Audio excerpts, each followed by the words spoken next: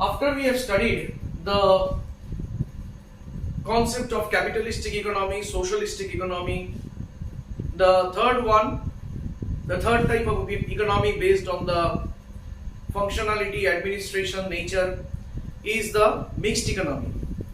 Now the name mixed economy is self-explanatory to some extent. Mixed, you can understand what does a mixed economy refer to, or you can feel.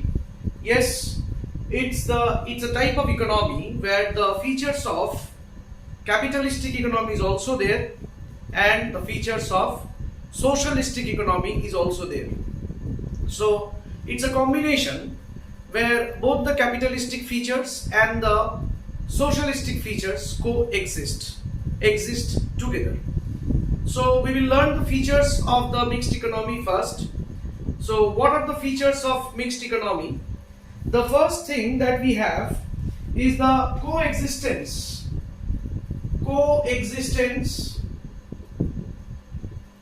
of public and private sector. What does this mean? The coexistence of private and public sector both.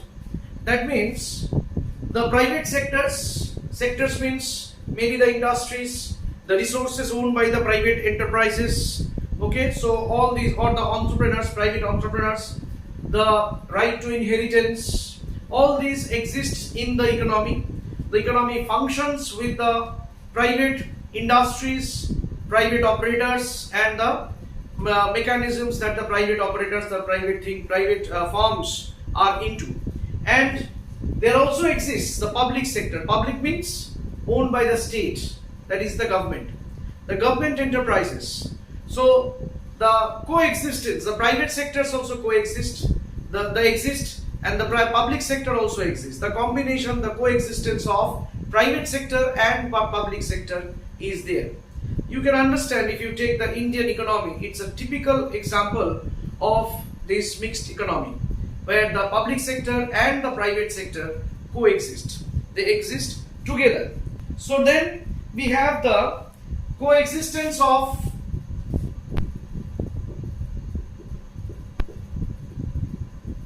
capitalistic and socialistic features. Now, capitalistic features, one of the most important is the ownership of the resources, and secondly, the price mechanism, the market mechanism. The producers are private producers, private enterprises, and they are producing according to their freedom. They have the sovereignty. They are free to produce, except say for example some hazardous items and all these things. Other than the hazardous items, they are free to produce according to their choice.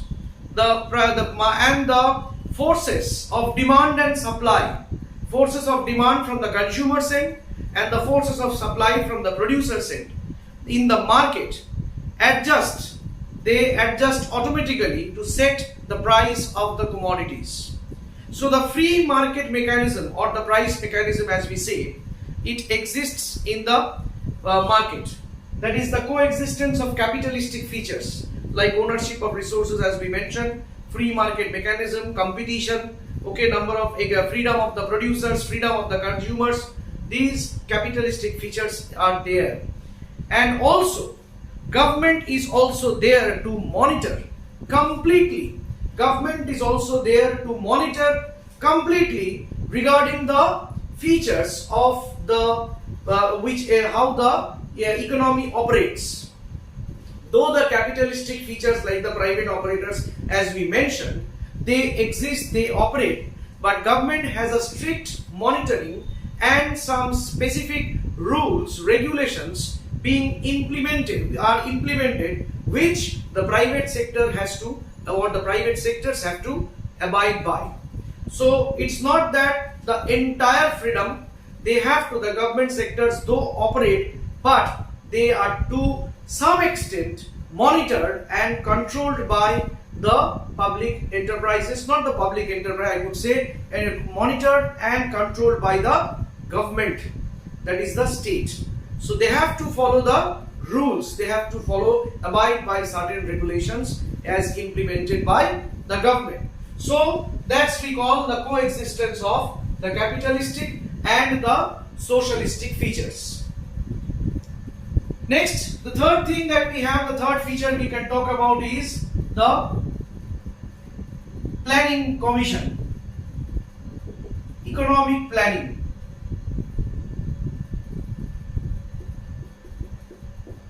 Planning authority exists.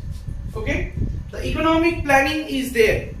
Now as we talk about economic planning, certain sectors, maybe the law and order, maybe the regulations regarding the operations of the private enterprises, everything, all these things are definitely to some extent regulated by the planning authority. The economic policies, how much tax to be imposed, how much subsidies to be given, which are the priority sectors like education, like health, which are the priority sectors, all these are decided by the planning authority, that is from the government's end.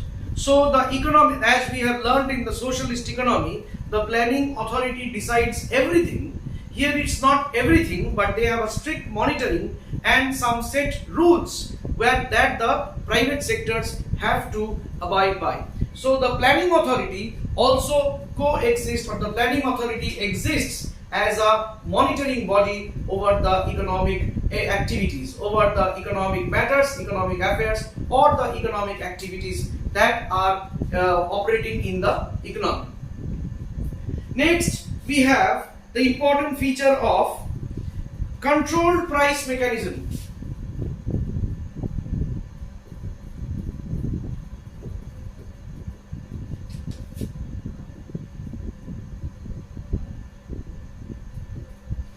Now, as we talked about price mechanism, we said that we had the price mechanism coexisting in the market. So, price mechanism is definitely there.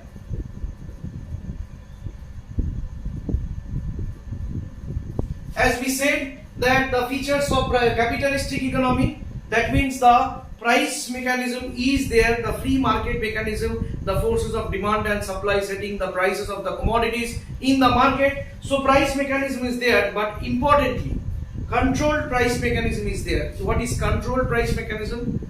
If for certain commodities, like very necessary items, if government thinks that the price in the market for those commodities are too high to be afforded by common people, if they cannot be afforded by the common people, then government can bring in a control over those prices.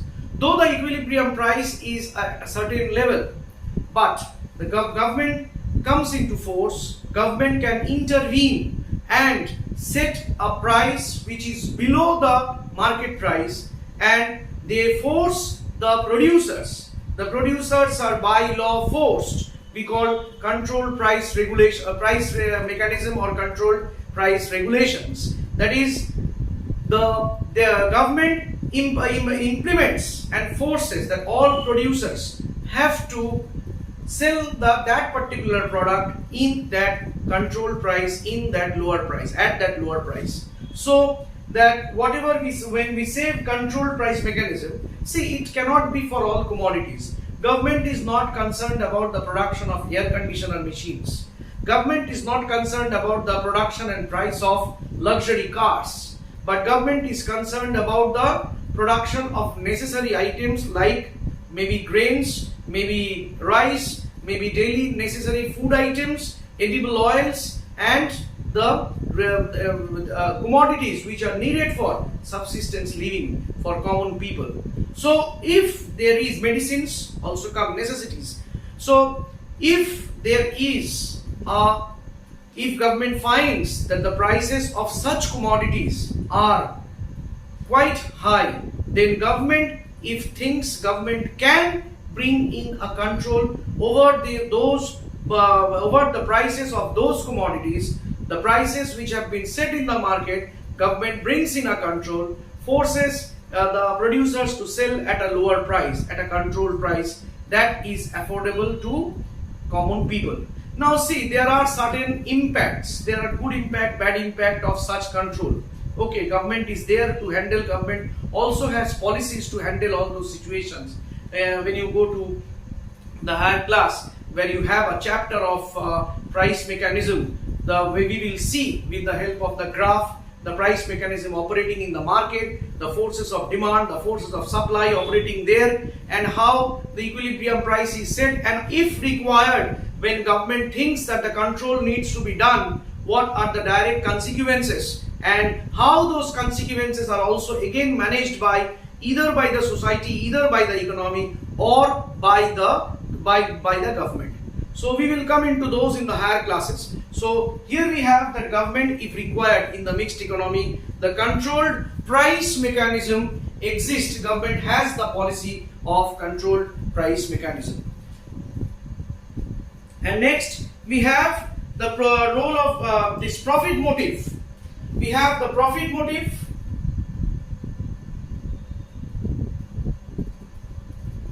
Profit motive is by the capitalist class or the private sector, because the private sectors, the firms, the industries are profit maximizing entities. So whenever the private sectors are allowed to operate, or when the capitalist class is allowed to operate, they are allowed to operate, they have the motive, they have the objective of profit maximization. They have the objective of profit maximization, which can be done by efficient use of resources, by better utilization of resources, and by cost minimization. So profit motive is another objective of the or which exists in the mixed economy.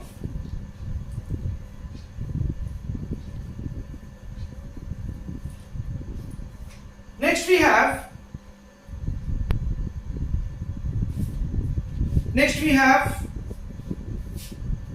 social welfare.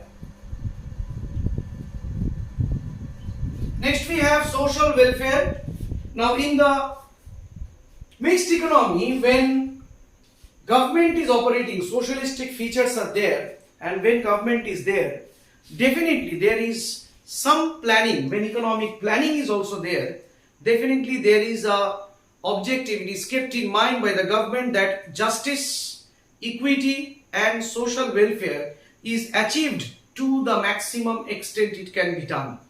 If when the capitalist sector is working, is in operation, and if its situation comes out that the common people are being exploited by a greater extent, social welfare is neglected by a greater extent, or a broader means, okay, then definitely government again comes into force. Government and has to look after government has to look after so that the social welfare part is not neglected. Social welfare has to be there. Social welfare must be kept in mind, and you cannot capitalist sector working, private sector working, and the social welfare is not considered at all, then definitely government comes into force. If government intervenes and takes over the matter, maybe sitting in negotiation even with the private sector if required, so social welfare to some extent has to be considered. That is another important thing, another important feature. And finally, we talk about the freedom of producers and consumers. Except for some hazardous goods or defense items and all, law and order is the administrative part, items which are required for defense, and some hazardous items like, okay, chemicals and all, hazardous chemicals.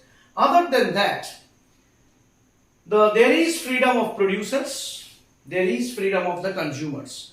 producers can produce the commodities according to their choice, that they can do, or the enterprises can come up with different types of business they want. Consumers are free to choose what they want to buy, what they desire. So the sovereignty of the consumers is also maintained, and the producers are also free to produce and go for the market according to the demand and the supply forces in the market, thereby setting the price. This freedom of the producers and the consumers also is there as an important feature of the mixed economy. So, once a recap, among the features of mixed economy, you have the coexistence of private and public sector. You have the coexistence of the capitalistic and the socialistic features. You have economic planning operating there. You have the price mechanism operating there, and you have the controlled price mechanism also operating as and when required.